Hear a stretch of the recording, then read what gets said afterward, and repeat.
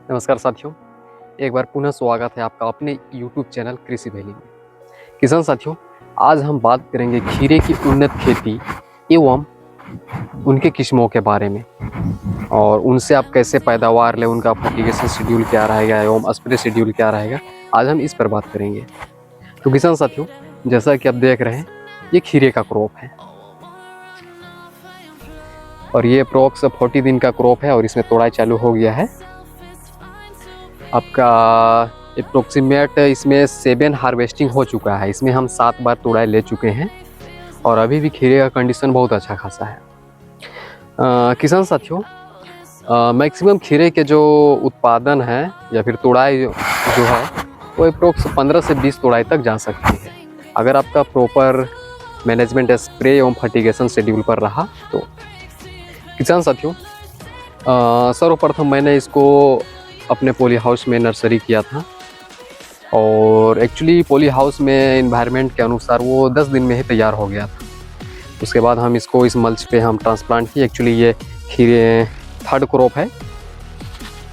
इससे पहले मेरा इसमें कैप्सिकम लगा हुआ था, शिमला लगा हुआ था और उससे भी पहले मेरा इसमें तरबूज लगा हुआ था। किसान साथियों, खीरे में सबसे पहले आप जिसमें ट्रांसप्लांट करेंगे खीरे के पौधा को, उसमें सबसे पहले आप इसको कार्बेंडाइजम, जो कि एक फंगीसाइड है, उसमें आप ह्यूमिक सब्सटेंस मिला दीजिएगा, जैसे कि ह्यूमी ब्लैक, और इन दोनों को मिलाकर आप इसको ड्रिंचिंग कर दीजिएगा। तत्पश्चात किसान साथियों, लगभग 4 से 6 दिनों के बाद आप इसमें फर्स्ट स्प्रे लीजिएगा या फिर आप इसमें स्प्रे भी उस समय स्प्रे भी ले सकते हैं, जैसे कि आपका कार्बेंडाइजम और माइकोजेम कॉम्बिनेशन वाली फंगीसाइड रहेगी और एक ह्यूमिक सब्सटेंस रहेगा आपका, और आप इसमें एक और मिला दीजिएगा sucking paste insecticide. Suppose that example, for example आपका एक का रहेगा एसिटामेपिड 20% वगैरह ये रहेगा, या आप सिजेंटा कंपनी की एक तारा भी इसमें आप ले सकते हैं, उसको आप स्प्रे कर दीजिएगा। किसान साथियों, इसको आप 2 दिन के अंतराल में 2 बार स्प्रे ले लें, आपका फर्स्ट जो स्प्रे शेड्यूल वो आपका निकल जाएगा। किसान साथियों, अब हम बात करेंगे कि सेकेंड स्प्रे में क्या रखेंगे, या फिर ड्रिप से अगर आप ड्रिप में लगाना चाहते हैं या फिर आप ड्रिप में लगा चुके हैं तो सेकेंड आपका फर्टिगेशन क्या रहेगा या फिर स्प्रे में क्या रखेंगे। तो किसान साथियों, सेकेंड में आप रख दीजिएगा आप NPK 20-20-20 के साथ माइक्रो न्यूट्रिएंट्स में आप एग्रोमीन मैक्स ले लीजिएगा। इसको प्रति एकड़ 3 kg के हिसाब से चलाइएगा और इसको भी आपको 2 दिन करना है। सपोज दैट हम 3 kg ले लिए तो 1 एकड़ में फर्स्ट डोज जो आपका रहेगा वो 1.5 किलो का रहेगा, और जो एग्रोमीन मैक्स जो रहेगा, इसका जो माइक्रो न्यूट्रिएंट्स रहेगा वो 500 ग्राम रहेगा, तो उसको एक बार में आप 250 ग्राम चला सकते हैं। उसके 2 दिन बाद पुनः आप उसी को फर्टिगेशन में दोहरा दीजिएगा। किसान भाइयों, साथ ही मैं एक चीज़ आपको बताना चाहूँगा, अगर खीरे या फिर कोई सा भी क्रॉप में अगर बेहतर परिणाम अगर आप पाना चाहते हैं तो साथ में आप स्प्रे भी ले सकते हैं।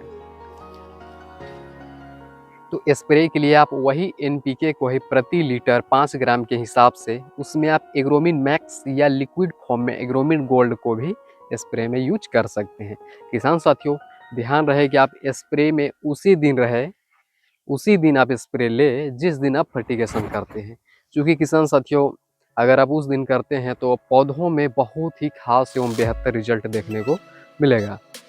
किसान साथियों, दूसरे सप्ताह में आप NPK 1261 के साथ माइक्रो न्यूट्रिएंट्स में एग्री प्रो रख सकते हैं, क्योंकि उस समय आपका बढ़वार भी है जो काफ़ी हो चुका होगा और समथिंग प्रो हमको लगता है कि फ्लावरिंग कंडीशन में भी उस समय आपका आ जाएगा, तो उस समय आप NPK 1261 रखें और माइक्रो न्यूट्रिएंट्स में एग्री प्रो रखें।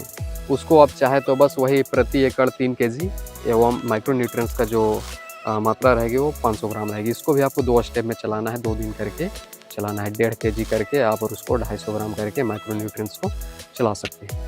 और जैसा कि मैंने पहले कहा है कि और भी ज़्यादा बेहतर परिणाम पाने के लिए आप प्रति लीटर 5 ग्राम NPK 1261 और उसमें 2 ग्राम एग्री प्रो, जो कि एक माइक्रो न्यूट्रिएंट्स का सूक्ष्म पोषक तत्वों का एक भंडार है, उसको आप स्प्रे में यूज कर सकते हैं। किसान साथियों, तत्पश्चात आप चले जाइएगा, उस समय आपको ये जब डोज कंप्लीट हो जाएगा उसमें आपको छोटे छोटे इस तरह के आपको फल दिखाई देना स्टार्ट हो जाएगा जैसा कि आप देख रहे हैं। उस समय आप चूँकि फल आ गया है तो उस समय सबसे ज़्यादा पौधों को कैल्शियम और बोरॉन की ज़्यादा आवश्यकता पड़ती है। उस स्टेज में आप और साथ ही पोटेशियम या पोटेशियम नाइट्रेट की भी आवश्यकता होती है। उस समय आप 13-0-45 एनपीके 13-0-45 के साथ माइक्रो न्यूट्रिएंट्स में हर्टिकेब ले सकते हैं। हर्टिकेब आपका एक लिक्विड बोरॉन और कैल्शियम का एक लिक्विड फॉर्म है, उसको आप ले सकते हैं, ड्रिप से छोड़ सकते हैं।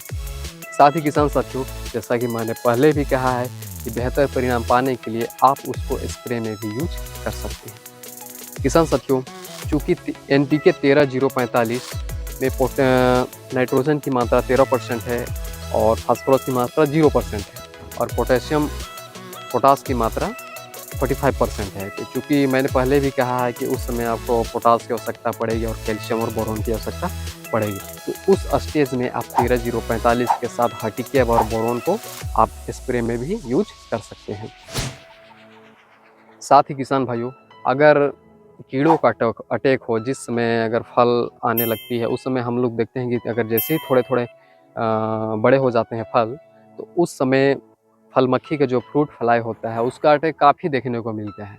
उसका इफ़ेक्ट ये है किसान साथियों कि वो फल को, जो फल का आकार होता है उसको अनियमित कर देते हैं। दैट मीन्स कि टेढ़े-मेढ़े कर देते हैं या फिर उनमें सड़न हो जाता है। तो किसान भाई ये नहीं पहचान पाते हैं कि उसमें कोई फंगस लग गया है या फिर कीड़ों का अटैक है।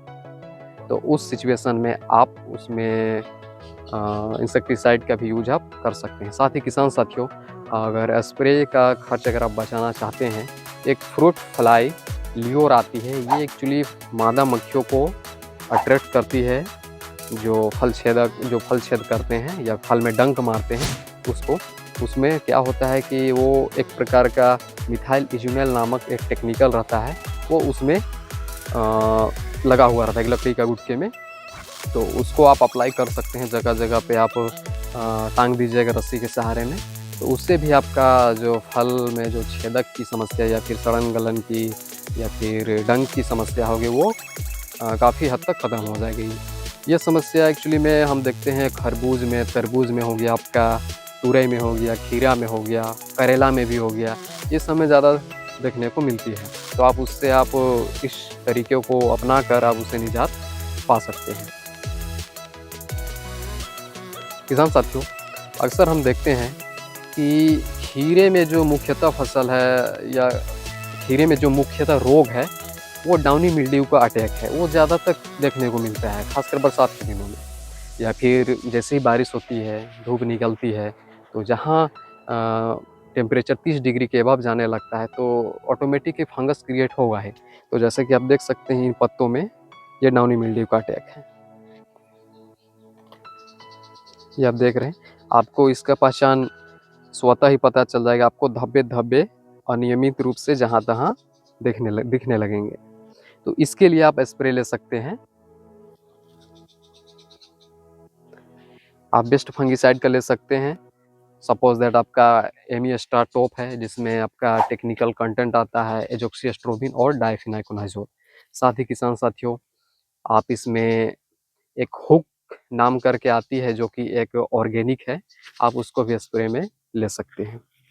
और समय-समय पर आप कॉपर ऑक्सीक्लोराइड, ब्लू कॉपर का यूज भी आप एंटीबायोटिक के साथ आप स्प्रे में ले सकते हैं। इससे और भी ज़्यादा बेहतर अगर इस रोग को नियंत्रित करना चाहते हैं तो आप इसमें प्रिवेंटिव में ही ये सब फंगिसाइड को आप यूज करें, क्योंकि क्यूरेटिव में क्या होता है कि हो जाने के बाद थोड़ा-सा इसको कंट्रोल करना समस्या मतलब थोड़ा-सा ज़्यादा कॉस्टली पड़ जाता है।